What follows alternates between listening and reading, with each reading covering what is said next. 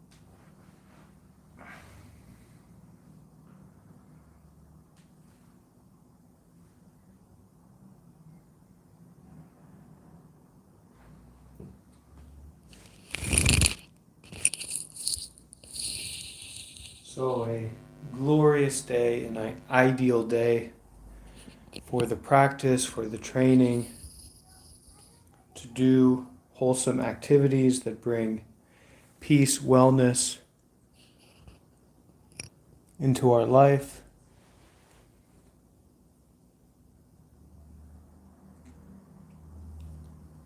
Wow. And we also just getting some news that a dear friend of one of our community members has passed away, or that's right, has passed away. So maybe we'll end our session here with a bit of a dedication to them, keeping them in mind as we practice this life. And these conditions that have come together right now to practice are rare. And we don't know when these conditions will come about again. So if we are able to, really taking advantage of this time to practice, to train our mind, to live in a way that brings benefit to ourselves and to other people. So Chesh, I'm sorry to hear about your loss and your friend Rebecca passing away. Welcome in Grant, Hoalu, Ertaroma, Lawrence, Guy. Welcome in, everyone. So we will get started. Of course, Chesh. We will get started with a short meditation practice just to gather, to slow down, to come into the space together, being with our breath and our body. And then we'll go into a reading related to the title of this video, Turning Towards Emptiness, by Ajahn Sumedho. We'll read through that, and then we'll end with another group meditation, followed by some metta and a dedication to Rebecca, sharing the merits of our practice. Okay? So we'll get started, ringing the bell. We'll sit together for a few minutes, hearing the bell again, and getting into practice. And you may not have the conditions. You may not be able to really join or to dive into practice today, but if you can, give it a shot. A few minutes of vulnerability, a few minutes of wholehearted sincerity to our present experience is worthwhile, even if we're not ready for a full session today. And welcome to Vidya. So getting comfortable, finding our physical position for the body, setting our mind on the breath and awareness.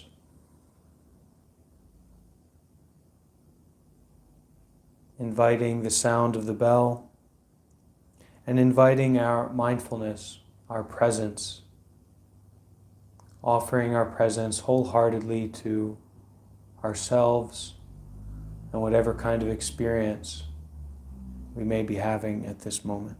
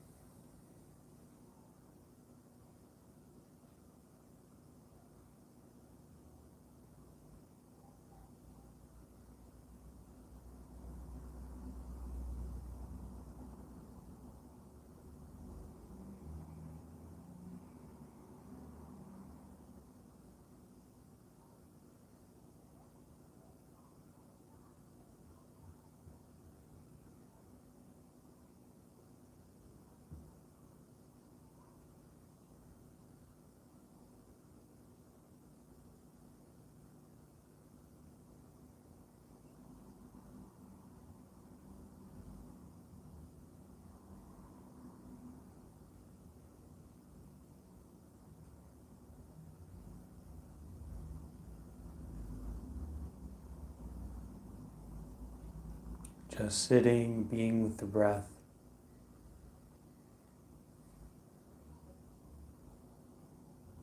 Being present with however the mind is, however the body is.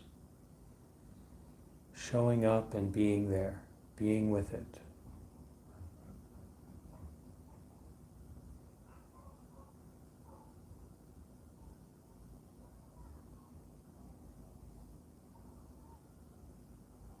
Our awareness, our attention, shined upon all aspects of our experience. Whatever is coming up, whatever we notice, being aware.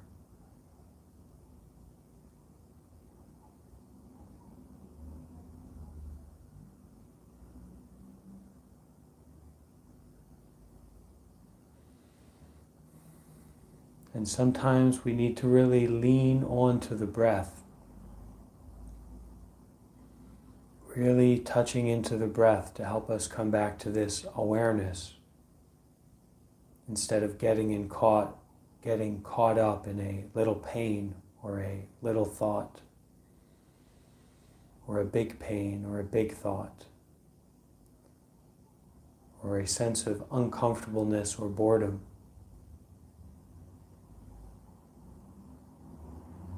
At those times when our practice is a bit scattered, a bit confused, really lean into the breath. Just being aware and breathing. Being okay with whatever our experience is and breathing.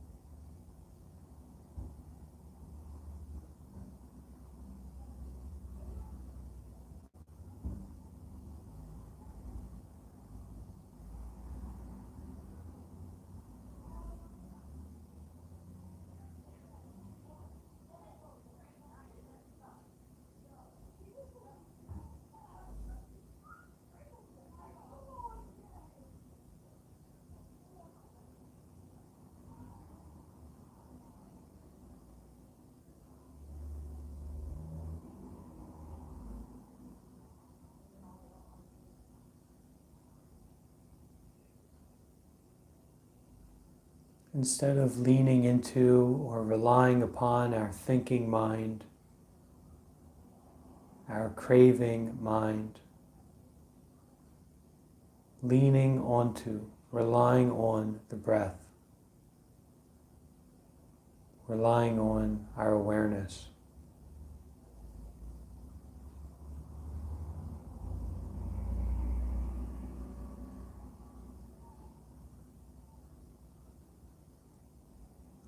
Each breath stabilizing, settling more and more into the present.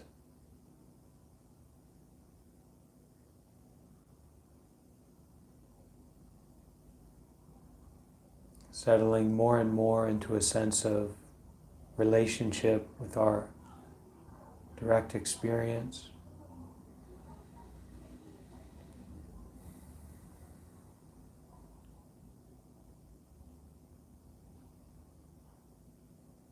No need for things to be a certain way.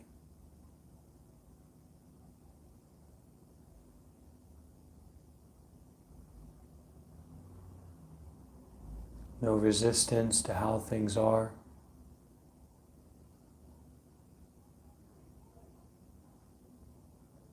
Just breathing and being aware.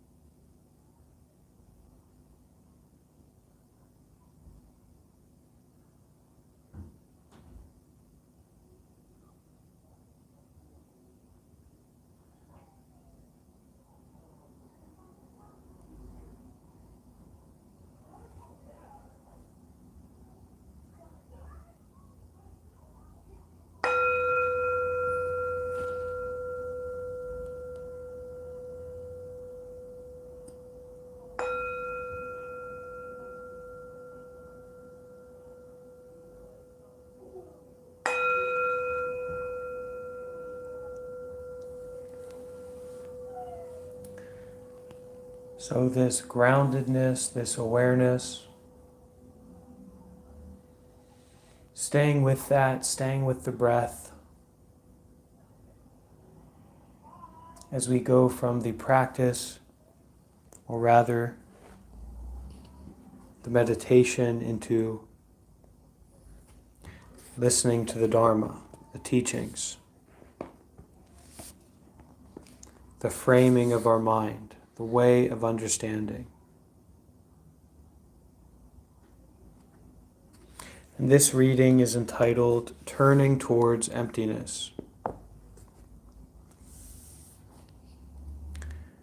By reflecting, you bring into consciousness the state of conditions as they happen to be now. Having been born, we are now this age, feeling this way at this time and in this place. That is the way it is. That cannot be changed by us. It's just the inevitability of birth, that this is the way it is now. And when you realize this, you have a perspective on the way it is, rather than just a reaction to the way it is. If you don't reflect, if you don't contemplate, you just react to the way it is. If you're feeling happy, you get high. I want to be a monk for the rest of my life and devote myself to the Dhamma. Dhamma is the way for me, the only way, the true way. And you go out and bore people with a harangue on the importance of Buddhism in the world because you're high and you feel positive and confident. This isn't only about Buddhism, it might be something else, might be Bitcoin.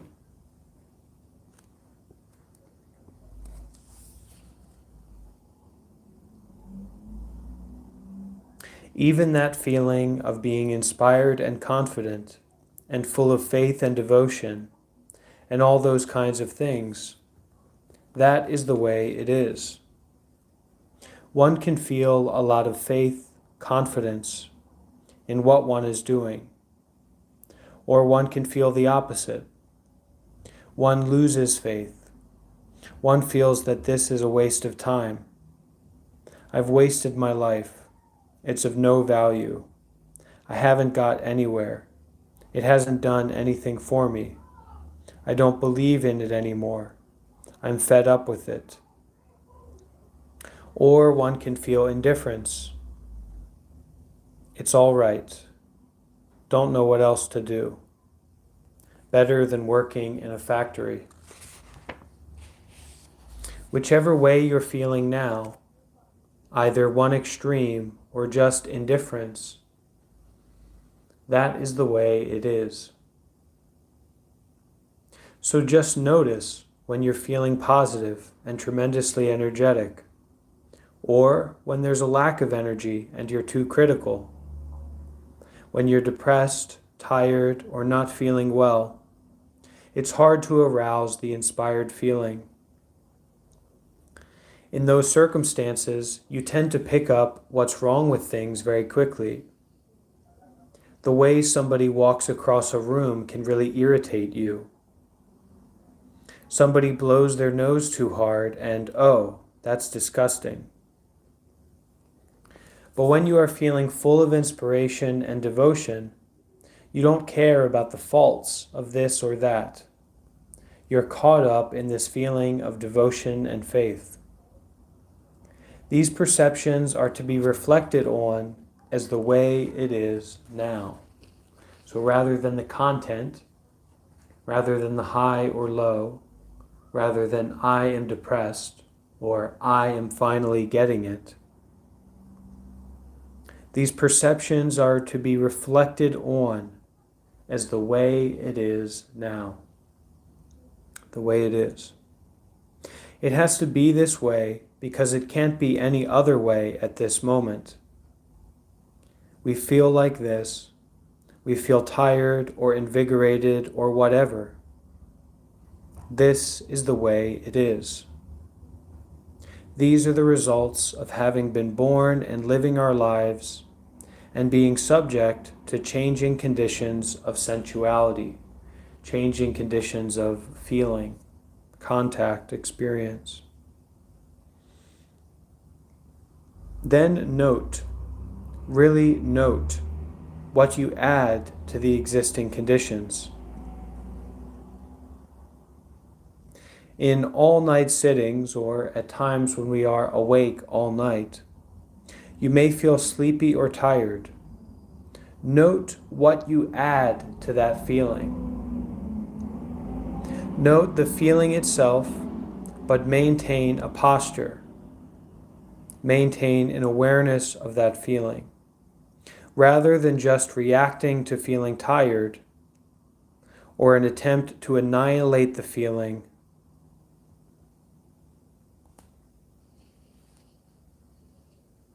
so when we are dealing with these interesting, difficult situations, circumstances, times, note how we react to them.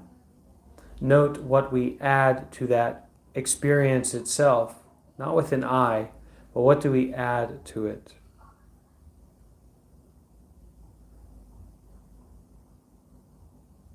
Don't try to annihilate the feeling or sinking into a kind of ignorance or dullness about what that feeling is. When you're convinced that you're so tired that there's really nothing you can do about it, and even pulling your body straight is something that seems totally impossible, hold it up straight for a length of time. Observe, learn how much energy it takes to hold a body up. So in those difficult times, stretching out, expressing our willingness, our practice of being aware of that situation rather than succumbing to it. And through that trying, through that exploring, that awareness of whatever our experience is, rather than identifying with it, learn about it.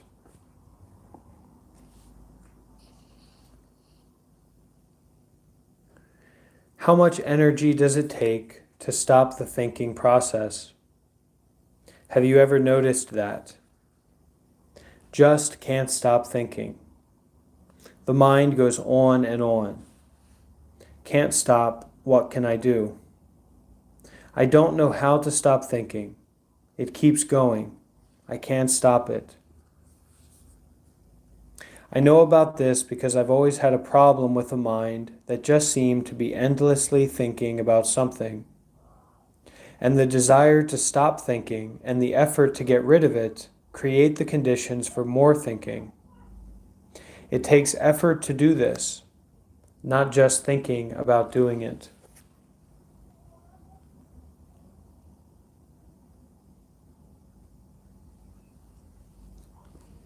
I remember an Australian Abhidhamma fanatic once came to Wat Papong. So Ajahn Sumedho here, very famous old monk, now he's in his 80s or 90s, and he's retelling a story here about an Australian Abhidhamma fanatic. So the Abhidhamma is kind of our philosophical syllabus in traditional Buddhism. So this person who came to Wat Papong, which is a forest monastery in Thailand for Westerners, was a fanatic about this kind of academic, maybe I could say polemic, but I don't really know what that word means, but a fanatic about this certain philosophy, for certain ideas in the Buddhist philosophy. So he's retelling a story about this. I remember an Australian Abhidhamma fanatic once came to Wat Papong. This man had a mission. When Westerners get into Abhidhamma, they become like born-again Christians. But he didn't know how to meditate. He didn't believe that meditation worked. And he figured it all out with his Abhidhamma concepts. So Abhidhamma here we can say as a very academic, in a sense, Buddhist philosophy. Or a spiritual philosophy that one gets into very strongly, a spiritual philosophy that one believes in very strongly, but they don't necessarily know how to meditate. And figuring this all out, figuring out the nature of suffering, the nature of our experience, just through philosophy. He felt that you couldn't stop thinking.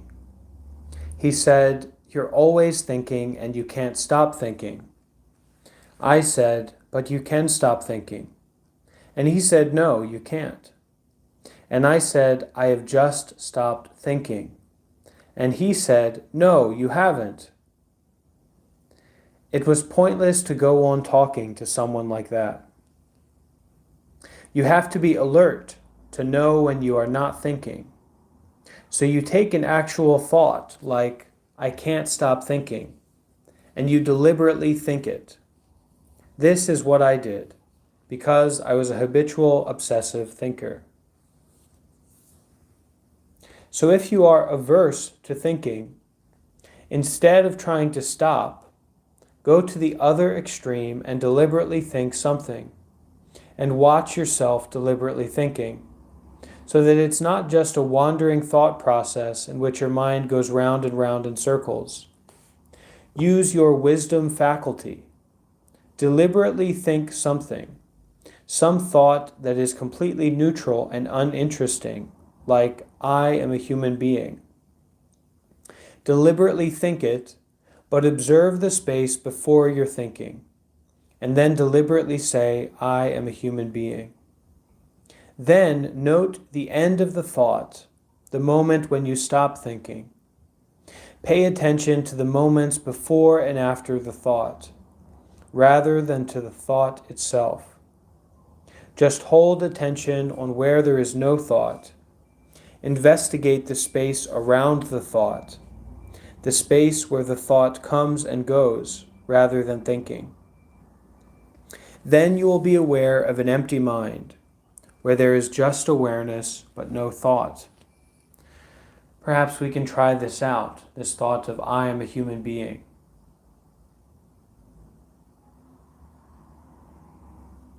Oh, very interesting.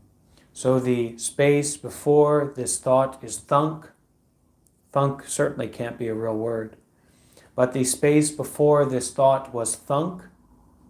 And then the space after you have thought, this "I am a human being."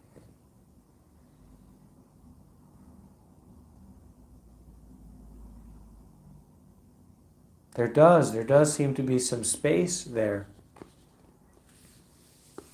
I don't know how everyone else experienced that, but there does seem to be this quality of spaciousness, of openness. Pay attention to the moments before and after a thought, or the thought, rather than to the thought itself. Just hold attention on where there is no thought. Investigate the space around the thought, the space where the thought comes and goes, rather than thinking. Then you'll be aware of an empty mind, where there is just awareness but no thought. That may last for just a second, because you start grasping. So you just have to keep being more aware by thinking something again. With practice, you can use even very unpleasant thoughts. For example, you might have strong emotional feelings of "I'm no good, I am worthless," and they can be an obsession.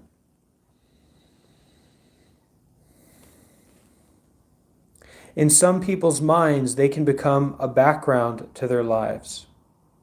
So you try thinking, "I shouldn't think that." Venerable Sumedho says I'm good, but I know I'm no good. However, if you take that obsession and use it as a conscious thought, "I am no good," you start seeing the space around it, and it no longer sounds so absolute. So this space around our harshness with ourselves, this space around our true, real ideas about ourselves and other people,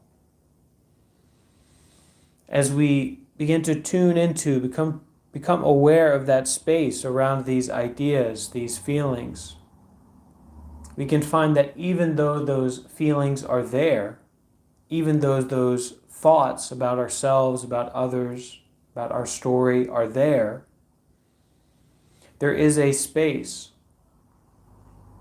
in which they arise and pass away. So our spiritual path, our path of meditation, our path of maturation can become something rather than becoming, but more being, noticing, exploring. What is this space between thoughts? What is this space that seems to have no harshness or toughness or roughness? So exploring the nature of our mind rather than the content of our mind. Exploring the nature of reality rather than the content or the objects or the subjectivity in reality. So through this process of exploration, of opening, of lessening the hold, we can begin to utilize objects.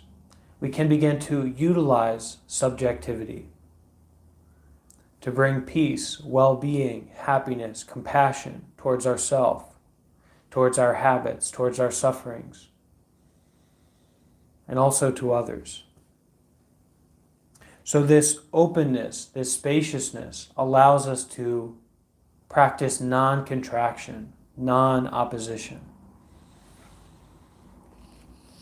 And all of this is kind of what we're doing in the meditation practice, but that exploratory mind, that curious mind, that opening mind,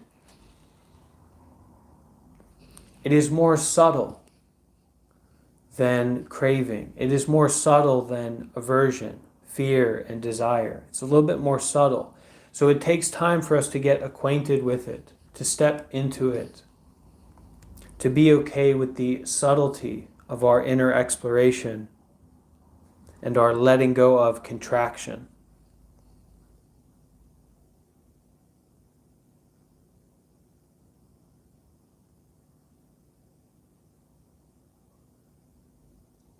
That sense of me and mine is just a habit of the mind. It's not the truth. If you really take the I am, and look at it objectively, the feeling created by that I am and I am this way, or I should be, should not be, is very different from when you're just reacting. In contemplating the Four Noble Truths, you have the truth of suffering, the truth of its arising, the truth of its ending, and then the path. You can't know the path and the way out of suffering until you are aware of where everything ceases in the mind itself. The mind is still vital and alert, even when there is no thought in it. Imagine that. The mind as vital and alert and attentive and bright, but not according to any content, not according to any thinking, any idea, any belief.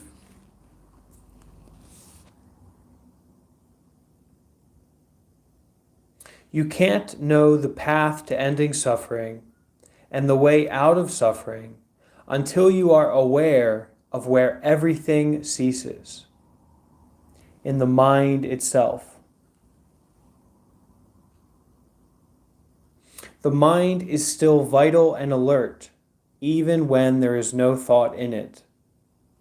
But if you don't notice that, you believe you are always thinking. That is the way it seems. You only conceive of yourself when you're thinking because you are identified with memory and the sense of I am or I am not. That yourself is very much a conditioned, programmed perception in the mind. As long as you believe in that perception and never question it, you will always believe that you are an obsessive thinker, and you shouldn't be this way, or shouldn't feel that way, and you shouldn't worry, but you do. And you're a hopeless case. And so it goes on from one thing to another, all depending upon this yourself, this I am or I am not, this conditioned, programmed, habituated perception in the mind, this perception of the self. And our practice here is not to destroy the self or to destroy this perception, but rather to open ourselves up to something, to the experience that is not that perceiving I am self, or that rejecting I am not self. So that rather than being these hopeless cases of I should, I shouldn't, I better not, praise, blame, guilt, shame, to this being, this unfolding, this awareness, this grace, if you will. So I am is just a perception. Really, it arises in the mind and it ceases in the mind.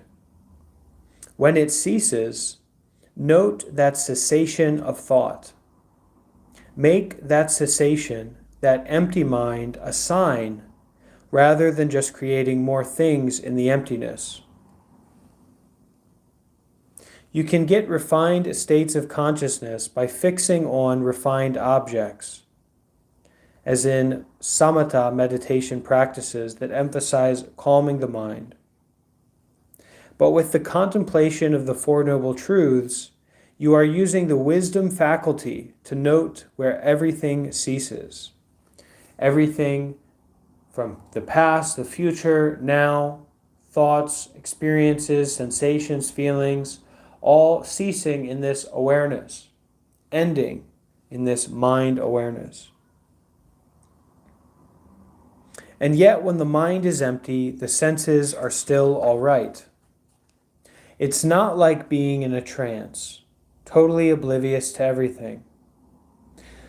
Your mind is open, empty, or you might call it whole, complete, bright.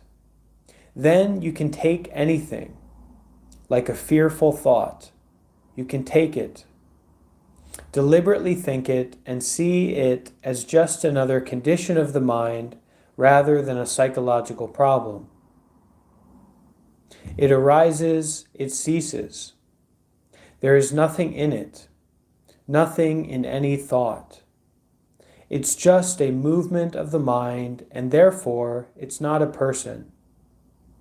You make it personal by attaching to it, believing it, and I am such a hopeless case. I know I can never be enlightened after all the things I've done, the stupid things. And I'm so selfish, and I've made so many mistakes. I know there's no hope for me. All that arises and ceases in the mind. All that arises and ceases in the mind. No matter how big the idea, no matter how strongly we are holding on to, contracting around this view of ourself, this perception of ourself, all of it arises within our awareness, within our mind, and ceases.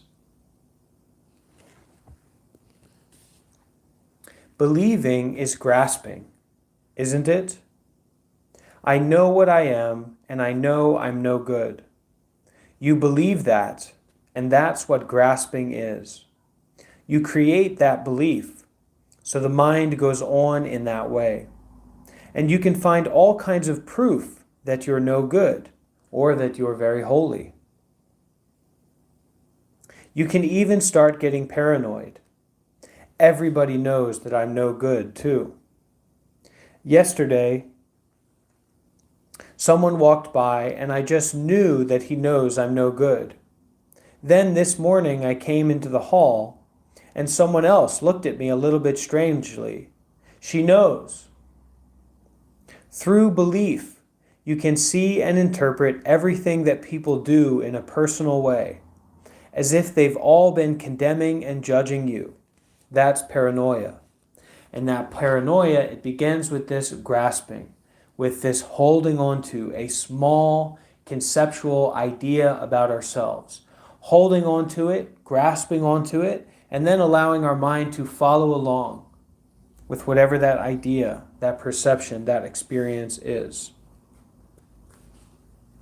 Even the most beautiful thoughts and aspirations, as well as the most evil and nasty ones, arise and cease in the mind. Don't misunderstand me.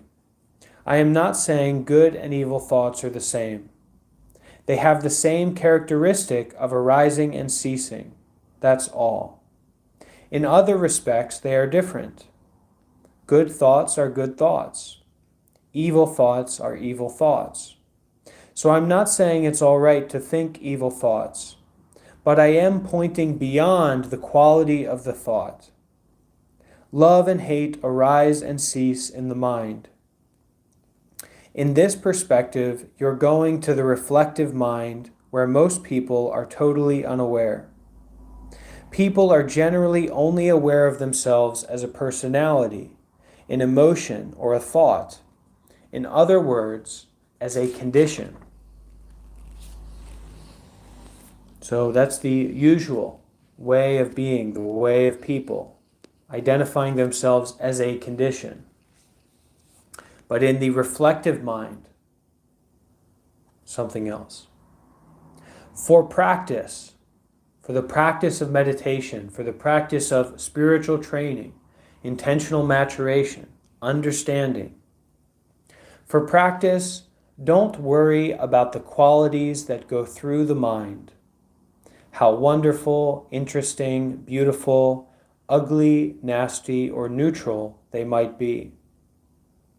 We are not investigating qualities or denying the quality of any thought, but just noting the way it is. Then you leave it alone so that it ceases. You create a thought, deliberately put it into the mind, and let it go. To let go doesn't mean you push it away. You leave the thought alone, though you are aware of it during the whole time, the moment before the thought itself being there, and the ending. We don't notice the space around thought very much. It's just like the space in this room. I have to call your attention to it. What does it take to be aware of the space in this room? You have to be alert.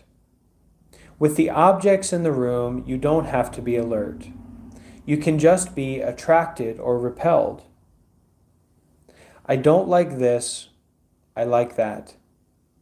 You can just react to the quality of beauty and ugliness, whether it pleases or displeases you. And that's all a part as well of the, we could say the subconscious, or this aspect of our consciousness that is conditioned, totally conditioned. So it's not even that we are choosing that we like this or we don't like that. It's that all these experiences, these conditions up to now, react.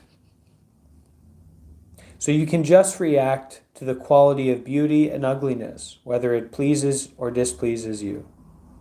That's our habit. Our life tends to be reaction to pleasure and pain, beauty and ugliness. We see beauty and we say, "Oh, look at that. Isn't it absolutely fantastic?" Or we think, "Oh, disgusting." But the beautiful objects and the ugly ones are all in space.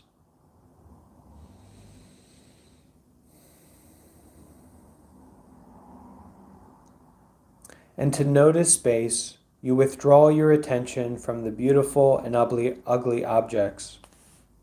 Of course, they are still there. You need not throw them out. You don't have to tear down the building so that we can have a space here. But if you don't concentrate on what's in that room with love or hate, if you don't make anything out of it, your attention withdraws from the objects and you notice the space. So we have a perspective on space in a room like this. You can reflect on that. Anyone can come and go in this space. The most beautiful, the most ugly, saint and sinner can come and go in this space. And the space is never harmed, ruined, or destroyed by the objects that come and go in it. The mind works on the same principle.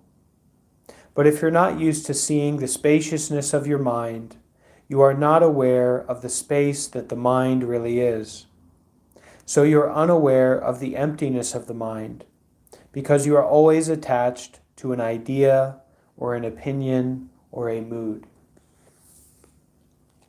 With insight meditation, you are reflecting on the five skandhas, the body, feelings, perceptions, mental formations, and sense consciousness. We may want to get rid of them, but that is another condition, another vexation that we create. So we investigate them until they no longer delude us, and allow them to arise and cease in the empty mind. When you think, my body is still here, how does it cease? It's still here, isn't it? Consider that the body will live its lifespan. It has been born and it will disappear when its karmic force ends. What happened to Napoleon? What happened to the Queen of Egypt, and Confucius, and Lao Tzu, and Marie Antoinette, Beethoven, and Bach? They are memories in our minds. They are just perceptions in people's minds. But that's all they ever were anyway, even when their bodies were alive.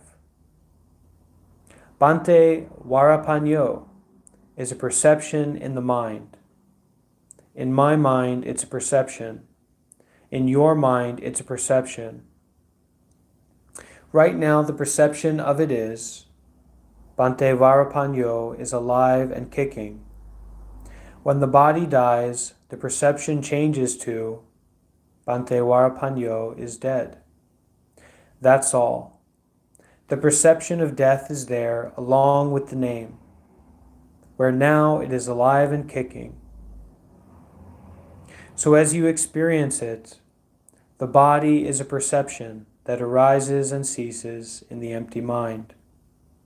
With this realization of the empty mind, you can develop the Eightfold Path very skillfully. The Eightfold Path is based on right understanding, and that is the understanding of cessation.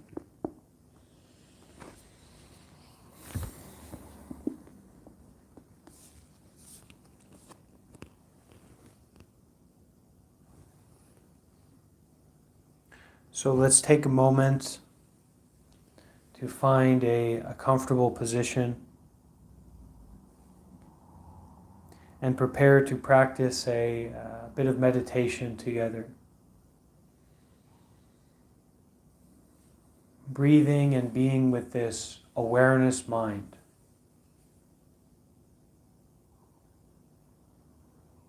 This mind of emptiness.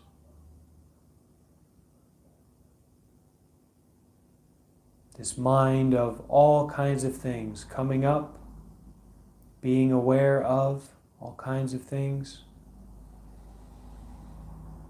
and passing away.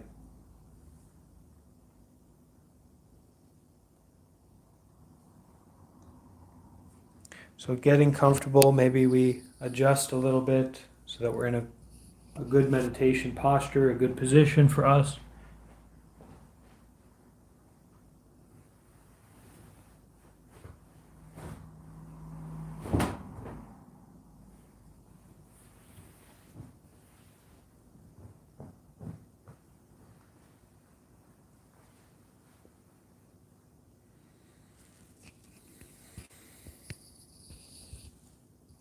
And let's enjoy, let's appreciate these teachings and this practice.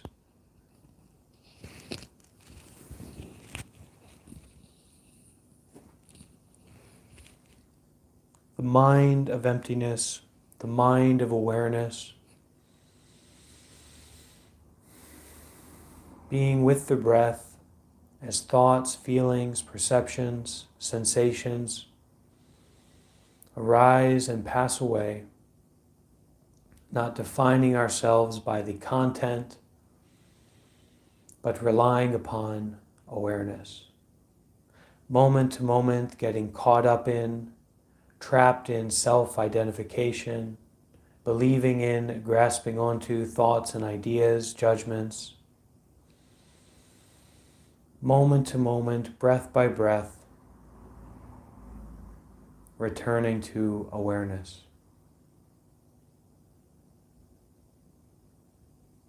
Beginning and ending with the sound of the bell. Let's take this opportunity to practice meditation together.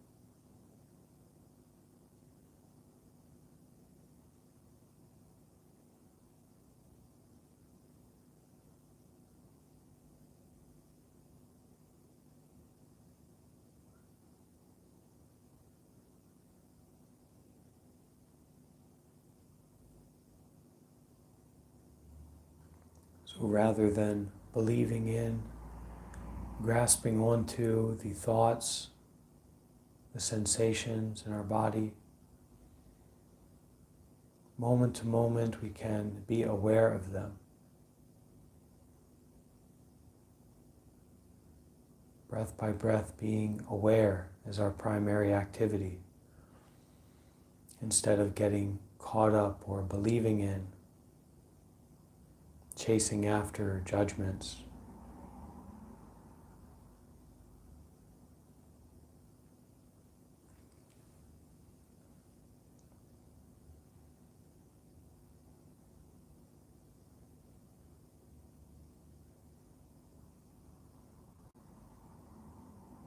Settling into this practice of being aware of whatever it is, rather than getting caught up in or getting involved with whatever it is that we notice.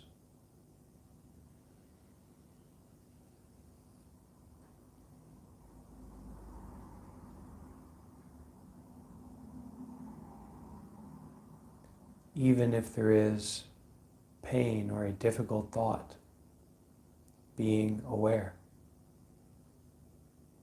Even if there is pleasure, angels, relaxation, being aware.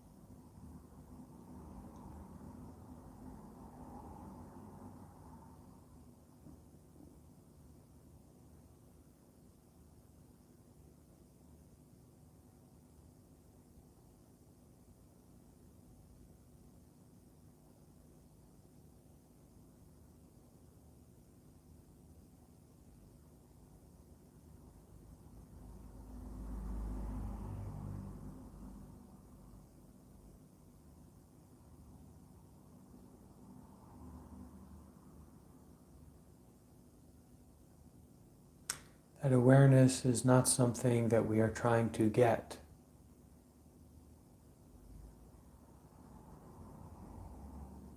That awareness is always in the present.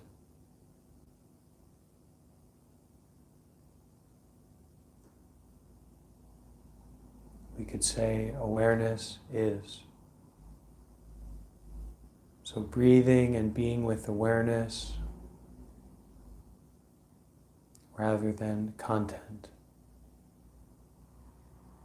rather than desire or fear. Breathing and being aware.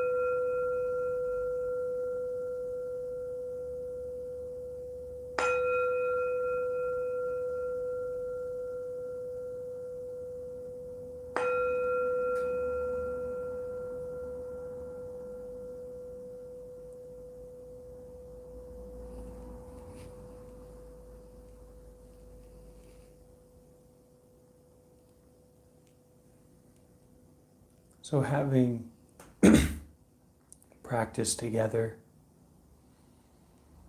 listened to, studied the Dharma together, we can say that we have done good deeds and avoided unskillful activities. And when we practice in this way, there's an understanding that we accrue merit, this resource of well-being, peace, skillfulness, wholesomeness, joy. And our intention here is not only to keep that for ourselves, but also to offer that, to share that with all beings. And one of our members of the community, Chesh, has recently lost a loved one, Rebecca, someone that they care for very much. So I invite everyone who's here, if you're interested to do so, if you're willing, to dedicate, to share the merit of your practice with Rebecca as she goes through this process of change. To Rebecca's loved ones, to Chesh, a loved one in this community, that those merits may be shared and bring benefit, well-being, peace, happiness, joy to Chesh, Rebecca, and all their loved ones and those who love them. So as we finish our session together, I'll just do a short chanting. This is actually understood as a merit of transference. So we are chanting this and we are transferring the merits from ourselves to all beings.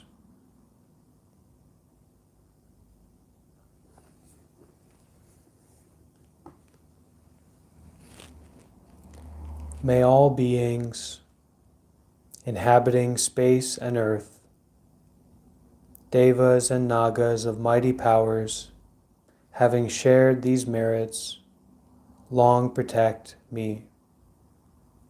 Having shared these merits, long protect those that I love. Having shared these merits, long protect all beings, born or yet to be born. May all my departed relatives and friends, especially the recently departed Rebecca, receive these merits. Having shared these merits, may they be free from worries, may they be free from sufferings, may they be totally well, happy, and peaceful. So we'll now chant in Pali as we finish. Idam me natinam hotu, sukhita hontu natayo.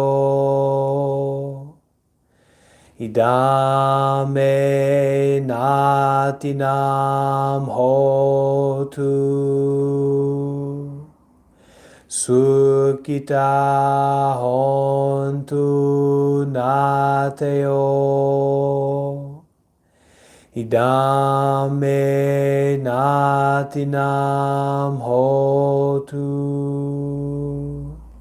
sukhita hontu natayo. Sadhu, sadhu, sadhu.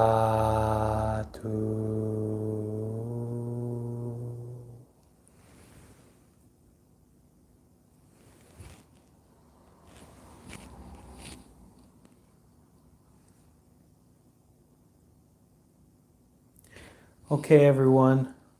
Thank you so much for joining for this. My heart goes out to Chesh, and I think many people's heart here goes out to Chesh and Rebecca and their loved ones during this time. So thank you for attending and participating.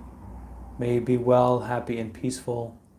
And may you share these merits not only with yourself for the rest of your day, the rest of your life, but also all people that you encounter, especially your loved ones. All right? Take care, everyone. That will be the end of our meditation, our study today.